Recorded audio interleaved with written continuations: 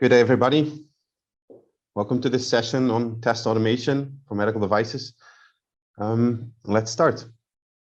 So in any MedTech project, one of the most critical and costly parts of the verification is the verification and validation of a medical device, both in the definition and in the maintenance phase. And in order to ensure the product and system's robustness and significantly speed up the product's time to market, the verification process should be highly automated. So in this webinar, together, we will talk about the three main challenges in verification and validation and how to address them. And so we will show you the value of making the leap from manual testing to automation using a case study from one of our recent projects.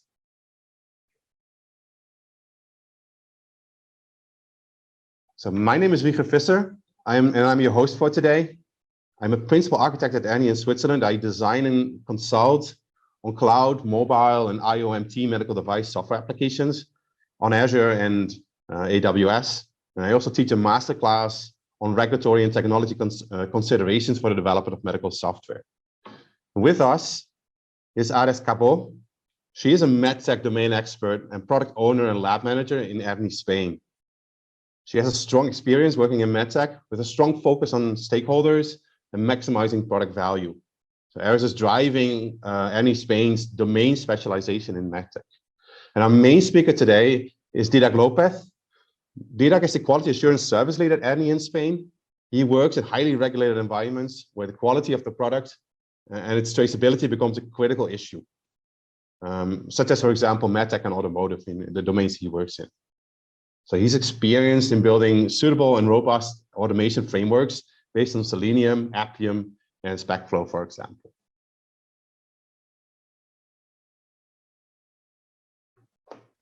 So before we start, if you have any questions, please write your questions in the Zoom chat. We will capture those and address them at the end of this session. We reserve some time and hopefully can answer all your questions. And if you want to reach out to us, or if your question couldn't be answered due to time, please reach out to us by email at knowledgehub@betteraskerni.com. So Didac, the room is yours. Thank you, Wieger, for your presentation. Yes, as Wieger said, my name is Didac, and I will be the main speaker on this webinar. Before I start, let me present the webinar, the structure that we will follow on this webinar. We will split the webinar in three main parts. The first one, give the right context for a medical device. We will check the development environment for a medical device, focusing the software verification phases. And here we will identify the main challenges on those activities. At the second part, I will share with you a real business case about from manual test verification to automate test verification, and I will show you some numbers, and this will allow us to take some conclusions. At the last part of this webinar, we will check the techie part, and at this part, I will talk about how we technically cover these main challenges identified at the context speech, and at the end I will show you a demo of whole thing working. Okay, as I said, the first part, right context for a medical device. I will use a example medical system to explain, to illustrate the whole process. The idea is not enter on the specific features of this example system, but use it to illustrate and get a clear picture about what we are talking in the different areas. We will focus on the software verification activities. We identify the main challenges, and we get an overview about how automation could help us to improve on all of this process. Okay, let me present the medical system that we will use to illustrate this first context part of the webinar. This is a medical system for the management of the anxiety disorder. This system interacts with other health apps, includes a wearable to take the constants of the patients, allow the doctors to get a graphical interpretation of the status of the patient, allows to staging and monitoring, and also for the this is for the side of the doctor, and also for the side of the patient, allows to self-management. Signs. This application is processing combined data, generating plots, and establishes calculations, include the severity scores, future trends like predicting when a crisis is coming, and also make treatment recommendations. This system is considered as a medical device. So how we face this challenge to implement this system? First of all, we need to consider what we had here. Here we had a programmable electrical medical system that is composed by programmable electrical subsystems. Most of them contains inside a software system that is composed by software items. This, in a regulated environment, we are handling or breakdown like this. I don't know if you're familiar with the B model. The B model, it's like the ABC for the regulated environments. All the regulated environments, their definition contains a kind of B model. This is the one for the medical environment. This B model on the left and on the top left side is the place that we were start to check it, is fed by the user needs. If we take the example that I present you, the need for the patient to know when a crisis is coming, the need for the doctor to monitor and stage the patient anxiety status. So from these user needs, we are building the first activity that we need to do. It's the requirement capture. So we are getting the use cases of our system based on these needs. Since we had the requirements captured, then the engineering team enters and start to build a system that will fulfill those requirements. We are on the second box on the left side of the B. So the engineering team is building this system architecture, including the whole subsystem that are, for instance, the application for the Android, application for iOS, the backend services, microservices, algorithms of calculation, databases to store the sensible data of the patient, the integration with the other apps, etc. So we had the system defined with the different subsystem involved and their responsibilities. On the next box, we have the subsystem architecture definition itself. So for this webinar, let's concentrate, for instance, in the application for the Android. So we had the subsystem of the application for the Android. Here we had defined the features that should achieve and also the responsibilities, but this subsystem is combined by different components. One component could be the hardware, the device specific that we are giving support, mobile or tablet or any other device that we are giving support. But another component, and is the one that we are talking about, is the software component. We are in this side of the B. We are talking about the APK, the application that at the end of the day, we will upload to the Google Play Market Store. So here on the component phase, the engineer architecture, the software architecture is designing using the best practices, the patterns, security considerations, and is defining the application itself. At the bottom left of the V model, we arrive to the specific functionality implementation. Such could be, for instance, the calculation of the staging of the anxiety disorder. So here we had the functionality defined and also implemented. So at this point, we had a requirement at component level that is linked with a requirement of a subsystem that is linked a requirement from a systems that come from a requirement that comes directly from the user need. We had this line of traceability here. So at this point, we can start to climb the V for the right side of the V, taking in account the verification stages. The first verification stage is the unit test. It's normally performed by the development team, and it is automatical test case that ensure that a specific algorithm or class is properly implemented, is according to the design of the component. One box, the second level of the right side of the V, we are testing the component, the component itself, the software component at this case. So here we had a test engineer working with a simulator of an Android device with the application installed on this virtual environment and testing that the features are properly implemented, are according to the design, to the requirements. At this point, we can continue climbing on the V in the verification activities.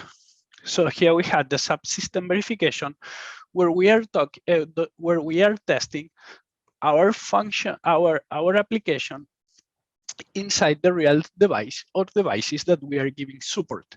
And here we start to include non-functional requirements, the verification of non-functional requirements, like what happens if multiple users are using the same application at the same time, or a doctor is receiving a call for a different patient from the APP.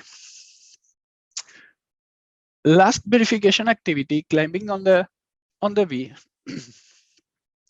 is the system integration testing. The system integration, here we are verifying that all the subsystems combined are working properly.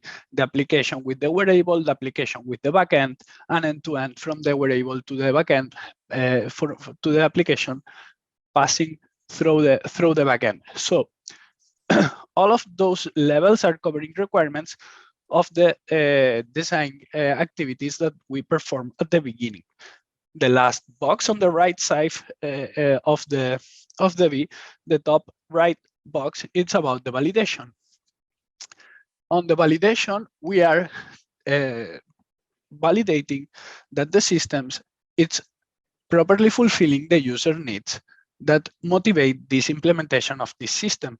So at this point, we had here a part of the functionality itself, also usability testing, and we can include real doctors and real patients to provide valuable feedback. At this webinar, we will concentrate on the blue boxes here, especially on the verification side. But let's see this V model, how it looks like in a development plan. This is a development plan with the different stages that we should do and all the related activities that are desprended from this V model that we saw before. We had first a setup and definition stage, that is the one that corresponds where we were lowering in the left side of the V with this all these designing phases and architecture design that are traced and desprended one from the other. Once this activity is done, we can start with the development and verification phases. That means we're implemented a specific feature, this part of this specific feature to plot the status of the patient, and we are verifying in the levels as high as we can arrive in the V. At ERNI, we include agile methodologies here. So we are doing this development and verification phases, depends on the project, but at this webinar, let's say in iteration of 3 weeks. That means we are developing features and verifying during 3 weeks. We are doing that iteratively. So we had the opportunity to provide feedback and correct and so. Again, depends on the project, but for this webinar, let's say it's 3 months. we collect all of this functionality and we make a validation campaign. This validation is the last box that we saw on the B. And we will, and here we are validating the user needs of these implemented functionalities or user needs. And at the end, we will decide if we release this new product we launch to the market or not. If we launch to the market, here we had a lot of activities related with the maintenance. But today we will focus on the software verification. So with all of this overview, with all of this work to do, let's see what exactly, let's focus on the software verification. Imagine that we had our medical system implemented like this Rubik cube with puzzle pieces.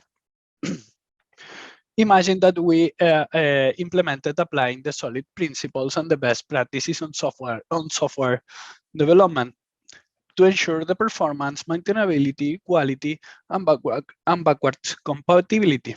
Okay, let's focus again on our subsystem, the Android application, and let's focus on this functionality to to calculate the stage, the severity of the patient of the anxiety disorder. So this is composed by multiple software items, as we saw, classes, algorithms, etc. So there are unit tested by the development team, but it should test as this specific feature should be tested as a whole in our simulator in a component level. But we are doing this for all the functionalities of this specific subsystem.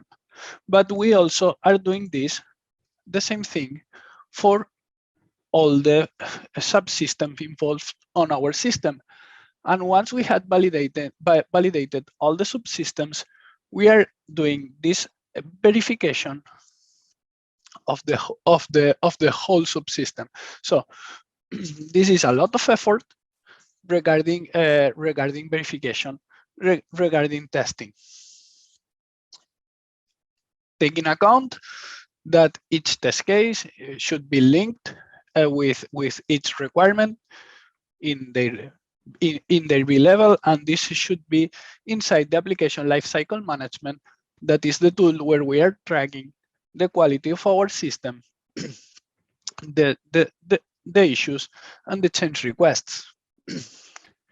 So at this point, we have this picture with all of this effort of design and execution of the test cases in the different levels of the V, and also all this effort of tracking and monitor the quality of our product.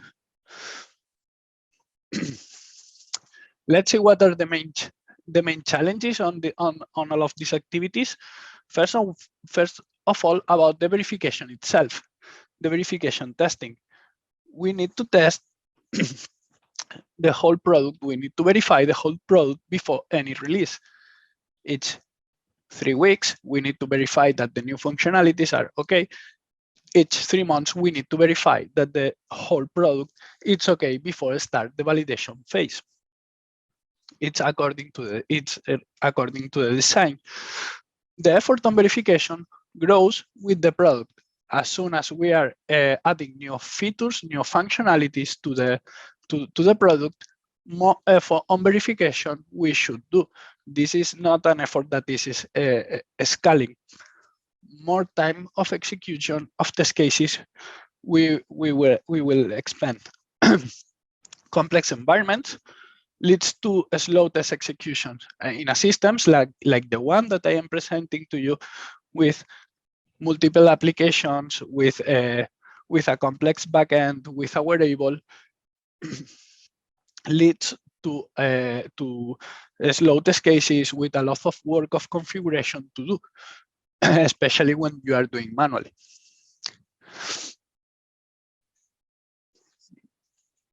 Second challenge about the requirement coverage. Any requirement of any level of the B, regardless if it is a functional or non-functional requirement, should be verified. For one reason, the architecture, the architect who designed the system or the subsystem or the component put the requirement there and should be verified. But the requirements that has a high severity, for instance, it's not the same. The requirements related with the plotting of the status or the requirements related with the treatment recommendation. The treatment recommendation it has more impact on the life of the patient, let's say. So we should put more effort on the verification, understand the corner cases, and so the document generation and the traceability through the left side of the B, and also the evidences that the system is working, of if there is an issue, where is the issue, should be generated and updated at any verification campaign. So there is a lot of work to do for a test manager who is taking care that all of this is present. Last challenge. As late as we detect an issue, it's more expensive to fix. While we are designing our system, if we detect that something is that some specifications are in contradiction, it's cheap to fix it because the architect rewrite the document and that's it. We fix the issue really cheap. If we detect in the phase of the unit testing that some unit testing are broken because this contradiction is it's more expensive to ship because we put some effort on the implementation, but at this point the code is open, the developer is there, and it's quite cheap to fix it. But if we found the issue while we are testing the integration of the whole subsystems in a system test campaign, we need to start again the process for this feature, and this is quite more expensive to fix it. So as soon as we receive the last challenge is about receive the feedback as soon as possible. So if we go one step back with this picture, where we had all of these activities related the software verification and the linkage with the ALM, and also we include here the traceability between the requirements and the test cases, the documentation itself, and also the evidences, how automation could help us. Of course, direct automation could help on the automation of the execution of those test cases. If as we said, the execution of the test cases is an effort that it is not scalable.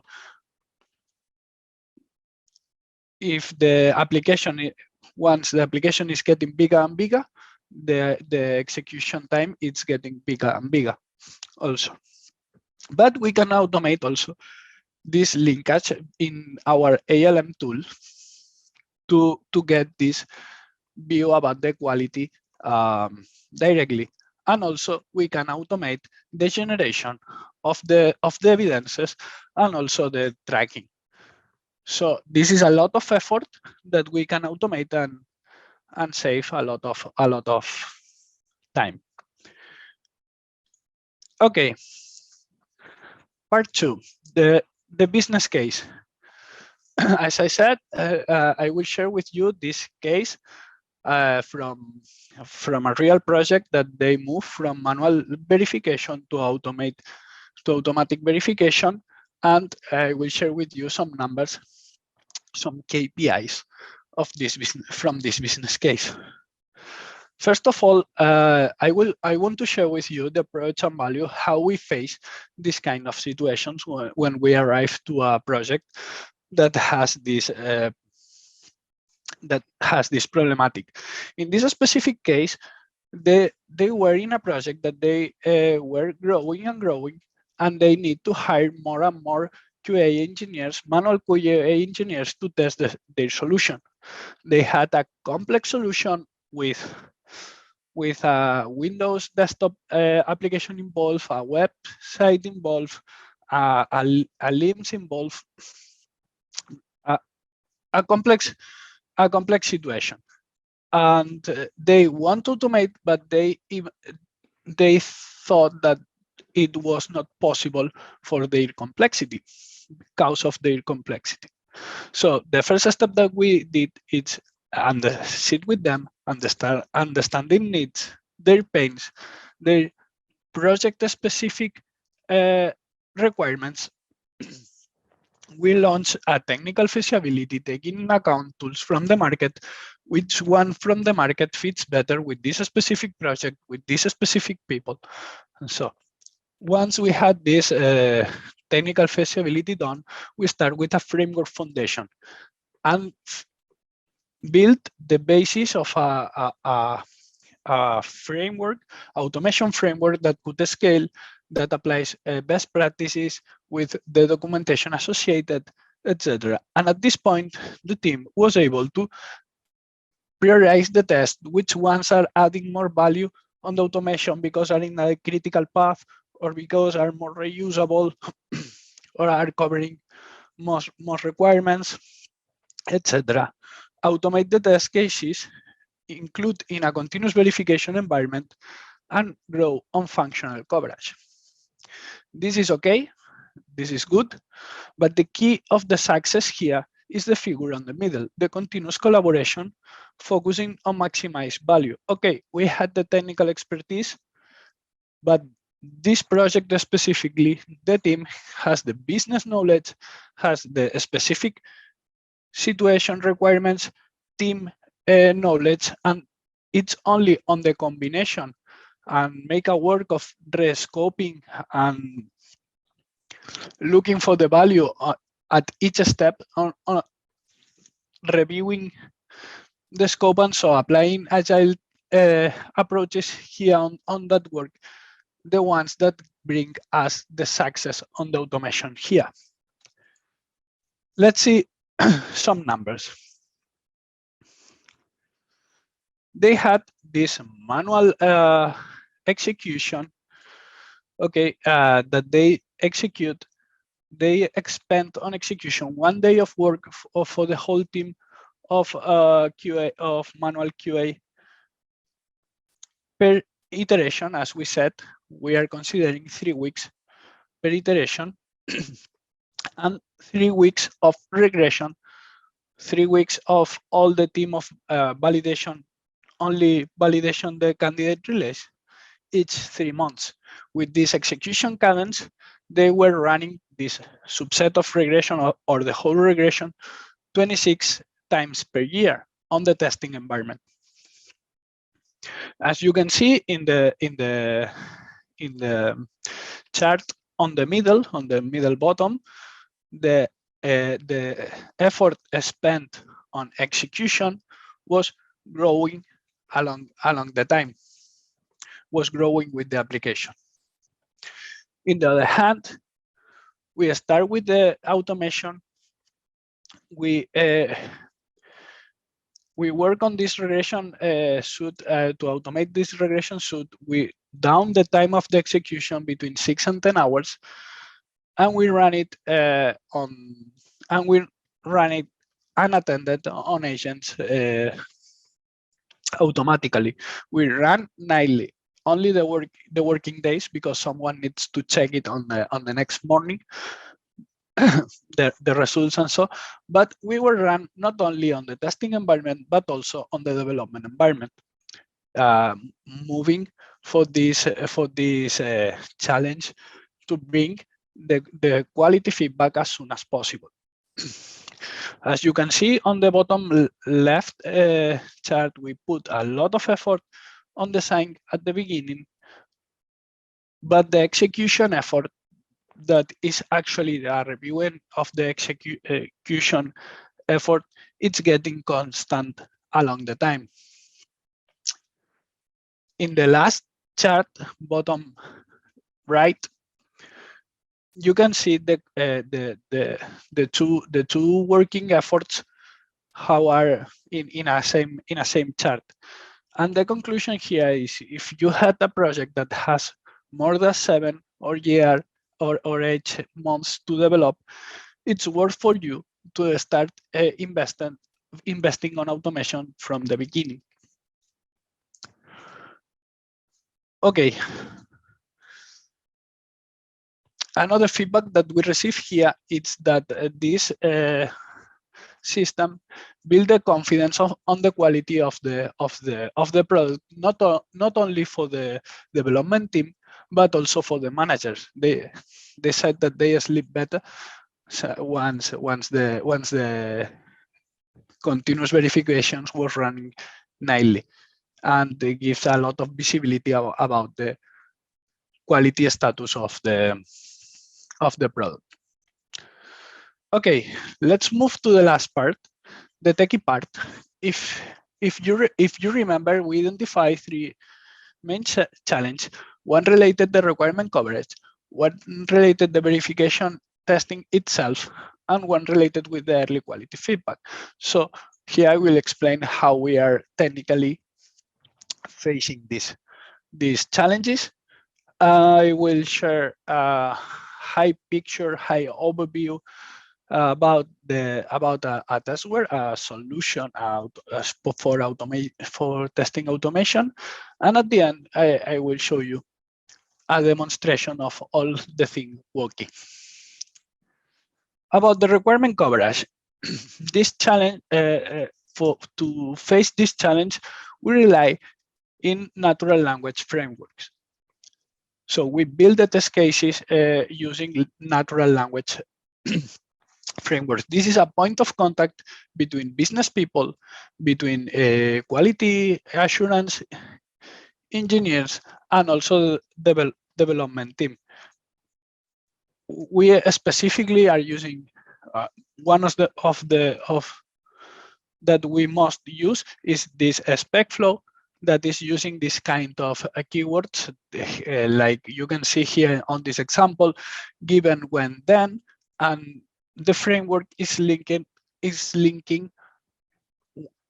these sentences before these keywords with a specific actions that will be running automatically.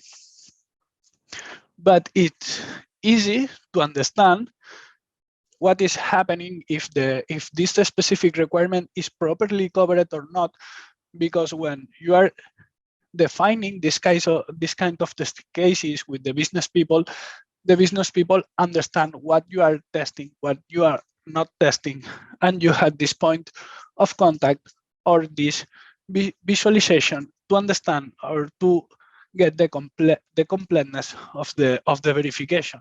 In the other hand, once you are providing the results to the business people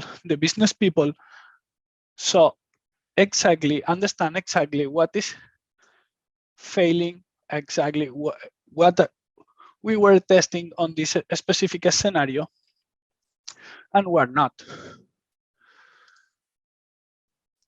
About the verification testing itself, we built, or we used to work with a flexible test configuration framework with that connect with tools that are open source, that are on the market, are widely used by the community, and allow us to interact with Android, iOS through Appium, web browsers through Selenium, desktop applications in WinForms or WPF WinApp driver, or we are using Brusharp as a client to connect with APIs. But these are allowing to reduce the complexity of the system, since we had this infrastructure that allows us to interact with all of these components and sometimes at the same time on the same test. So we have here a code that it's reducing this complexity from this challenge.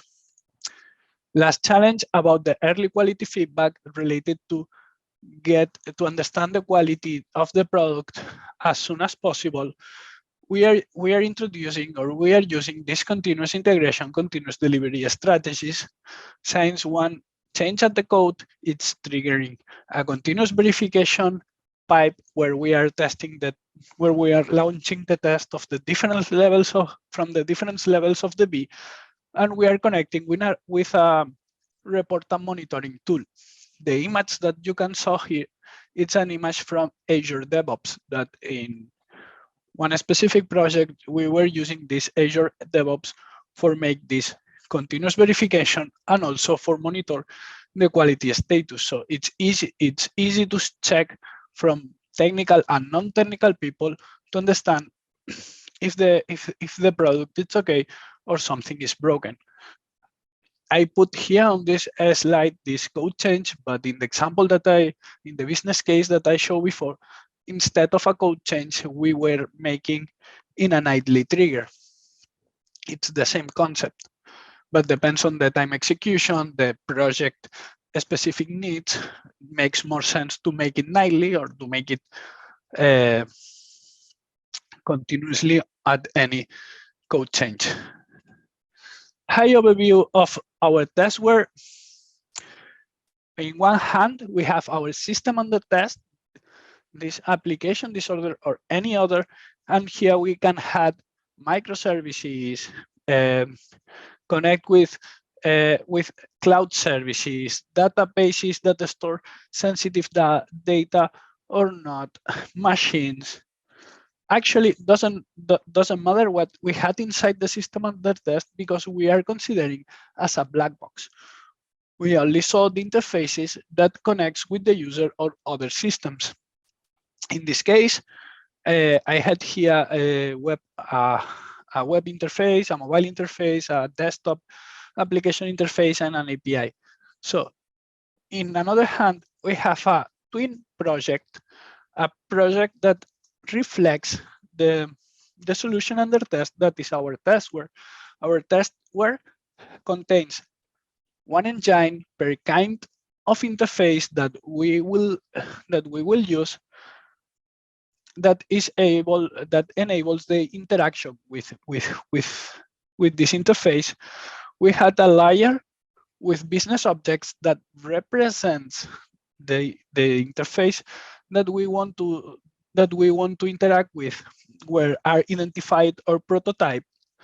We had a layer of reusable steps that are able to connect with these business objects to interact with, and at the end, we have the test cases written in natural language that connect with these reusable steps, and so. And in this way is how, in a high overview, we built this testware, this for automation for test automation of the verification for a medical device. Last that I am talking here, I will share with you this video where you can see this testware working, running tests in parallel in 4 devices, 2 from Android, 2 from iOS, and we were executing more than 13,000 test cases that manually took 2 weeks of effort with low accuracy, and with the automation we are running in 12 hours nightly with high accuracy. So I am moving the word to Viher to conclude the session. So Viher. Thank you, Didac, and thank you for your insights. I just wrote down here my main takeaways from what Didac just explained to us as to what his experience out of the projects that he executes together with our clients. And for me, I mean, it's clear that the verification effort is significant. It is significant from the start, and it grows, it scales that impact with the product size, and especially the system's complexity, especially if you have an IoMT solution, so an IoT solution for a medical device. With that complexity, you will have significantly more verification efforts that you need to do. And then there's, of course, the verification levels. You have to verify the system on a unit level, on an integration level, and of course also on an end-to-end level, and having to make sure that that traceability is in place. So automated traceability, as also Didak showed, having that direct reporting. If you do not automate this, there's a significant manual effort that you would have to do. So that's one of the takeaways. And of course, that becomes very expensive for your project and then ultimately for the product. And then one of the recommendations that Didak had was to use natural language frameworks. You can use this for defining your requirements. You can implement this in your development. So it's actually a typical aspect of agile development. So user stories are an example of natural language frameworks. You describe what you expect a user to do, how he does that, and what the outcome is. So when, given, then. And you can translate that also into the testing. And then it becomes not out of the behavioral driven development, so the BDD, you get the test driven, or the behavioral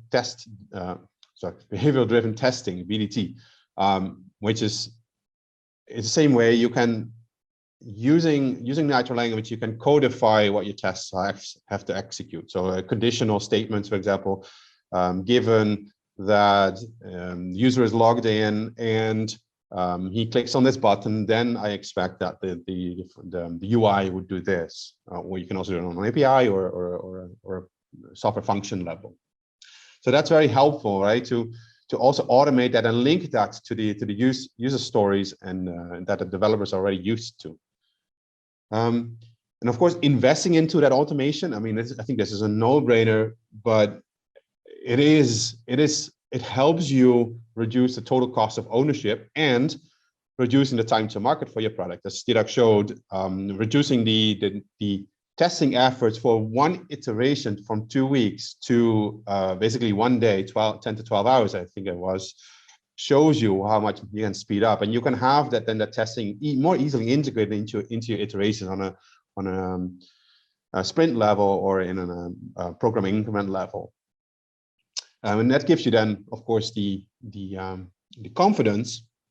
That continuous verification gives you the confidence that you're actually building quality into your product. You get almost immediate feedback, at least after the nightly testing, the nightly built-in testing. You get the feedback the next day onto what your quality is of your current state of your product. So those are the 4 main takeaways that I have. And Didak, if you can move to the next slide, please. Thank you. One more. Give me the full picture. Okay, so we at ERNI, so this is just one example of projects that we execute for our clients and with our clients. So Didak it's just more of a consulting and implementation activity that Didak showed, where we helped the client to get to that automation level that he needed. But we also develop software ourselves, and not for ourselves, but also again for our clients. And we have a large range of expertise. Here again, quality is in the forefront. It's always patient-centric, with ensuring with risk in mind. So making sure there's no patient harm, reducing the risk levels together with the organization, but building in a quality from both a testing perspective, but also, of course, from an architectural and development perspective.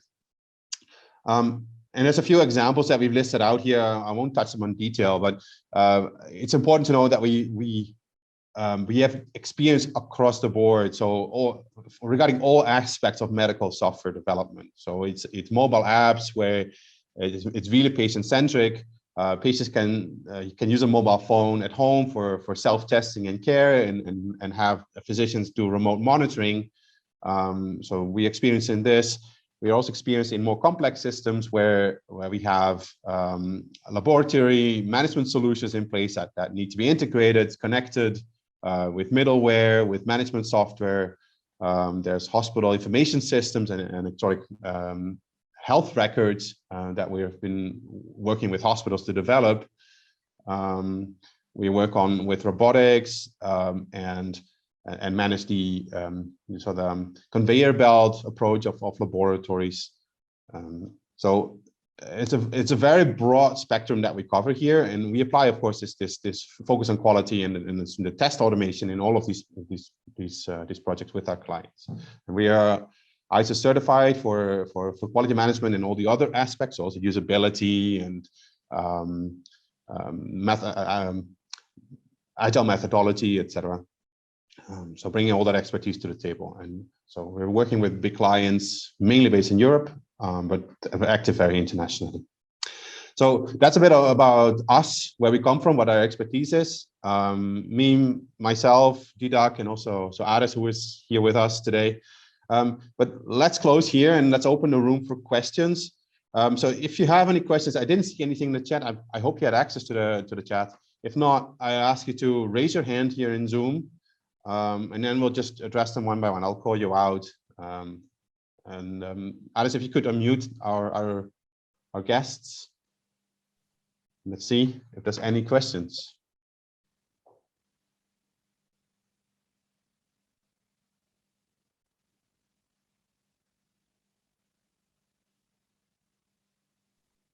So far, I don't see anybody raising their hands. If you have any question, you can unmute yourselves already, so don't be shy. Okay, so we have a first question from Anna.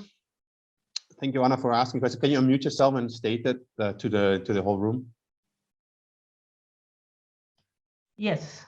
Do you hear me now? Yes.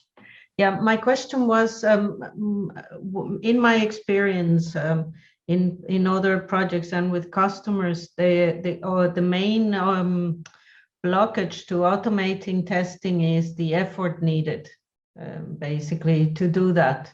Whether they can really spend the time, and even though you can show maybe on the long term that they actually would be able to be more efficient, achieve better quality. So in this particular project, I mean, in the realm of the whole thing, how long did it take to build the solution so that it was usable and could show some benefits? Okay. Can I give that question to you? Yep. You mean in if it's okay, I'm moving to the slide. You mean in the business case that I show, right? Exactly. Here, this one. Okay, we were working on that almost 7-8 months, but covering adding test cases until we finish the whole regression. Okay, but the important thing here, I understand your and appreciate the question and understand your worry. Again, I think the main core is here. It's on this figure here. We need to cross the technical expertise with the specific needs of this specific project. Because yeah, okay. We take I think 3-4 months to finish this cycle, but at this point we start with the business verification itself. So there are two main parts: one of definition, technical feasibility, where we took this 3 months, and then here that we start really automating. And it took this more or less 7-8 months. Yeah. Yeah. I mean, in the end, I find that this is really the way to go in most projects, especially where there is critical handling of information or operations or things that one has to do. in other kind of projects, sometimes the business doesn't want to invest basically the effort that is required to do that. But yeah, it's good to at least be able to show with numbers the actual value and the benefits that one can do.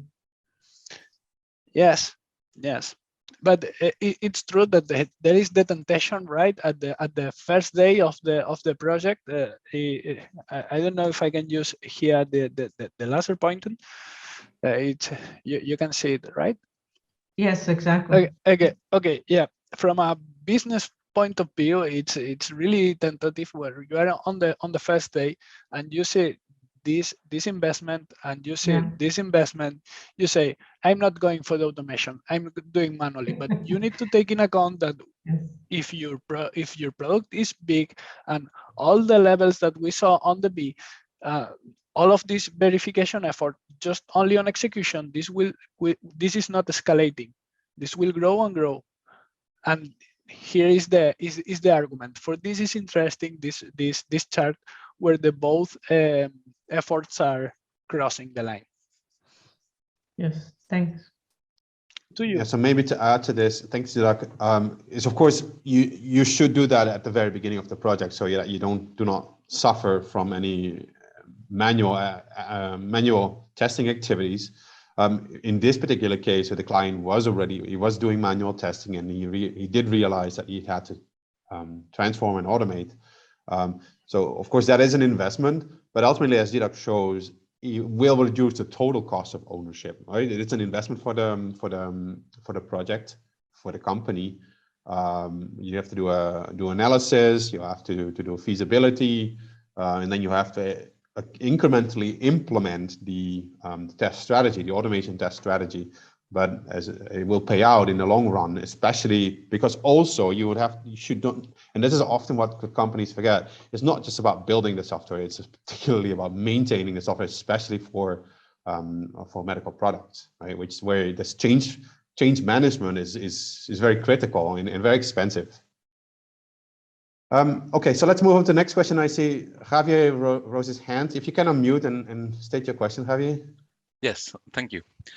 Well, my question goes beyond the criteria in order which are the key points we have to take into account if we are thinking on automating testing of a solution. Which are the main criteria we have to consider move from a manual testing to automatic testing? I know about the benefits, but I understand that not in all cases we have a return so immediate in that point. So when is the best moment in order to make this movement to an automatic testing strategy? Okay, so the assumption here is that you are doing manual testing. You have not much test automation in place. Your question is, when should we do this? My answer would be as soon as possible. But maybe Didak, you would have some more insights. Yeah, sure. As soon as possible. It's also my response as a technician that I eat from this kind of activities. But okay, no jokes. The main criteria, if you are if you are here at this point and you see that your investment on verification, it's growing and growing, and you need to hire more people and hire more people, it's the normal point that the projects are enrolling on automation, because they are seeing that their model is not escalating. But at this point, actually, it's a late one. When you can see the point is you need to evaluate the effort that you invest on all of these activities that we had here. You need good metrics to evaluate all this effort. And as soon as you see that this effort is not escalating, is taking too much, if the time to market is an important asset for you or not. All of these questions you need to take in consideration for goals for automation. It's not mandatory to automate in all the projects, but as soon as you have a project that has 3 years of living time, it's most than recommended. Don't know if I answer your question. Maybe to add to this, Javier, I think the considerations are mostly organizational. So, I mean, if it's a really short project, yeah, then maybe there's no point in investing money to transform into automation. You just can do with the manual testing. But if it's a larger project, then you should do that from the start. If you didn't do that, then it becomes organizational. So, do we have the budget? Do we have an investment commitment by management to do that transformation? Because it will cost. You have to maybe add externals to it, or you have to find other project members who execute it. Is the team that will do that define the new test strategy and implement these these automated tests? So the manual tests that we've documented so far need to be written as codified in tests on automated test scripts. That is an activity that is probably not planned as part of your roadmap and your sprint planning and iteration planning. So that needs to be planned. And do you have the people? Do you have the people with the time, and do you have the people with the skills to do that? Right. So it's more organizational project management perspective, which defines when is the right time for you to do this. Maybe you need some preparations. Maybe you have to talk to management. You may have to have support by DevOps if you do not have that as part of your team. So that those alignments need to take place. Okay, thank you very much. Okay, we have time for probably one more question.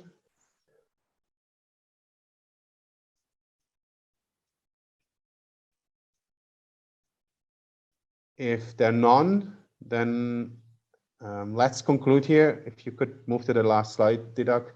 So thanks a lot for joining us. Thanks for listening in. Thanks for asking questions. If you're interested and want to reach out to us, here's our email address, knowledgehub@betteraskERNI.com, or betterask.erni, I should say.